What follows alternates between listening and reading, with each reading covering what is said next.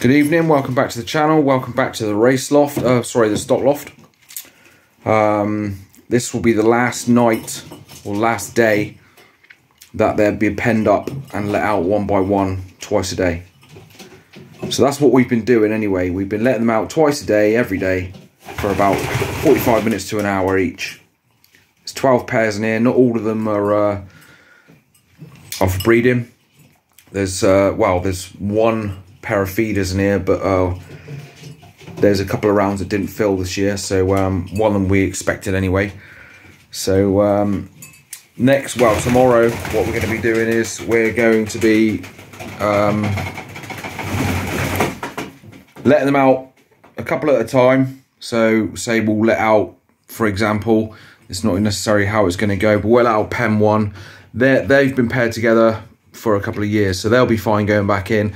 Same with pen 5, pen 2, and that's about it. Everyone else is a new pair. That's why we've took our time with the stock birds, because we want to make sure that all the pairs are confident enough to go back into their boxes. I mean, that pied hen there, the Herman Kuster Czech pied hen, she was in pen 10 last year, and now she's in pen 15, the one that's open. So we just want to make sure that everybody's going back into the boxes all right. We just want to minimise scrapping to a bare minimum. If none, that would be great. But even the race loft, we've had a few, well, not issues, but you know, there's some cocks up there that are beating each other up, and you know, you don't want to see that. But we haven't got the luxury of being around the birds 24/7. So you know, if they're fighting when we're not here, we can't do nothing about it because we can't see it. That's the downside to, you know, working and racing pigeons. It's difficult sometimes, but we manage. And obviously there's going to be some hiccups during breeding with fighting and stuff. So that's why we've kept these together a bit longer. So tomorrow we'll let them out, say pen 1, pen 12, and pen 9. They'll all go out at the same time, and then if they're good, then say an hour afterwards, we'll still keep an eye on them because we're here all day. Obviously, it's a weekend, so we've got all the time with the birds. So we'll keep an eye on them. We'll just watch outside from the stock loft, and then we'll let out another 2 or 3 until they're all out, and we're confident that they're not going to scrap. Obviously, we can't do nothing about it when we're not here. So it's just a hit and hope really, and see if it works. Because pen 8, pen 12, they're new introduction cocks, so are their hens. We bred both the hens. And pen 11, she's not been in that pen before. She was in pen 14, as I've said. But we just want to make sure that they're all confident enough going back into the pens. There's a few pairs here that have stayed the same for a couple of years, so they'll be okay going back into their pens. Pen 1, pen 5, pen 2, they'll be absolutely fine. That cock there, pen 3, is a bit touch and go because he was, in the off season, he was beating up pen 2, so we took him out of the loft to stop him from beating up pen 2, if you like. And the Dutch hen, she was in pen 12 last year, so we just want to make sure that they're going to be all right really and not scrapping so much. So with ratio of filled eggs, we have a good ratio this year. It was only pen 6 and pen 5 that haven't filled. They will be rearing the eggs from the race loft that we want to keep back, because we've got some winners up in the race loft, and winner to winner obviously is a no-brainer. So we have got the old man brass penning cock. He's 13. We knew that he wasn't going to fill his eggs because he doesn't fill his eggs until the summer months. So he is rearing the Gabby Cock's eggs. He came first club, 6th fed, 6th combine for us last year. Pen 5, they are feeded. He is the direct son of Blue Veil As. He didn't fill his first round, but that's not a problem. I mean, he filled plenty last year. So and he's only a 5-year-old cock. But yeah, he missed his first eggs. It happens. He will be rearing his grandchildren. We've got a direct son of him up in the race loft, so he's a grandchild of Blue Veil As up in the race loft. And his hen is from the Dutch hen in there and the Herman cock in there. But that hen is a golden hen. She's bred plenty of winners for us and others. We've sent our birds up to Yorkshire before with our friend, and he's won with our brass pennons. So, you know, it's a good line. We'd like to keep it. That's why we're introducing more of the grandchildren of the brass pennon pair that we had originally, and see how they breed. We have a direct daughter from the brass pennon. Well, it's actually a brass pennon Jansen pair. He's a brass pennon cock, and she's a Jansen hen, direct from Herman Beaverdam. He's from Luella in 2011. He's from a double grandson of Champion de Fel and Van Morsel. Their direct daughter, that dark checker in there, she's bred winners. Boulder's Brass is bred winners. That's the brother to that hen. And we have some new grandchildren here to try. It's just a bit of a shame that he's stopped filling, really, because we believe that if he were to, you know, produce young ones in time, then they'd go on and win, because most of his children have. Boulder's Brass was a prolific racer for us. Done plenty of winning as a young bird, and come 6th combine as a yearling. And then we stopped him only because he wasn't filling so much.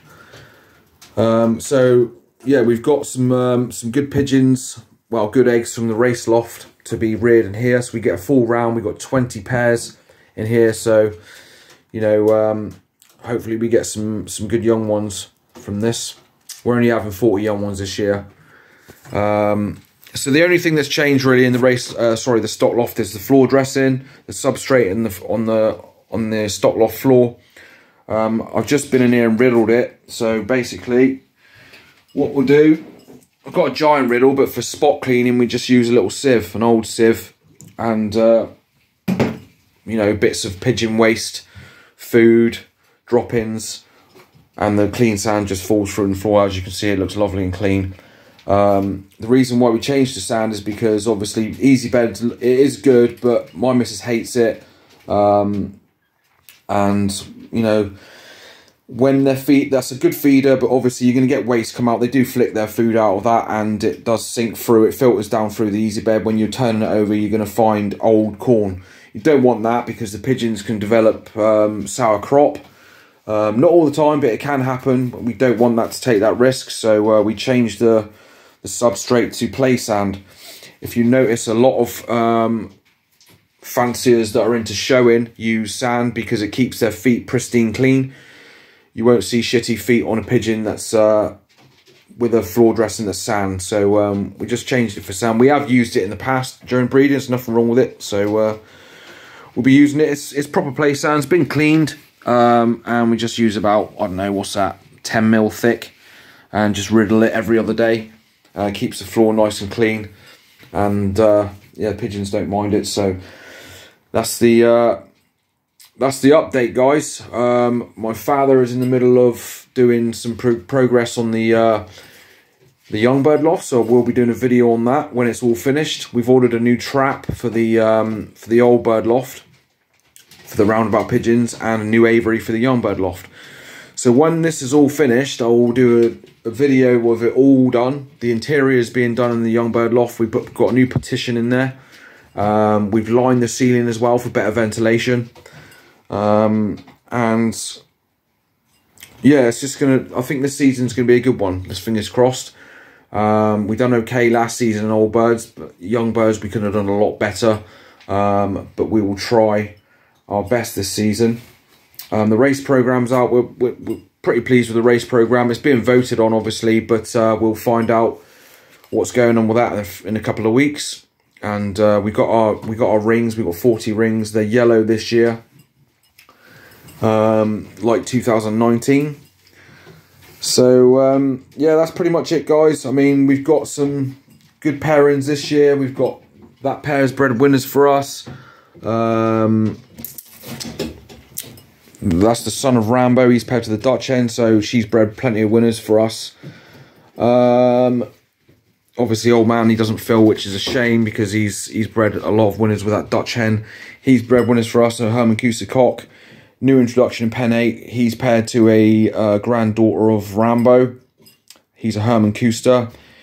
We own the direct son and daughter of Rambo. They're half brother and sister.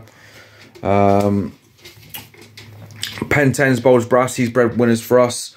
Pen 11, that's from Favourite Olympiad, that cock there.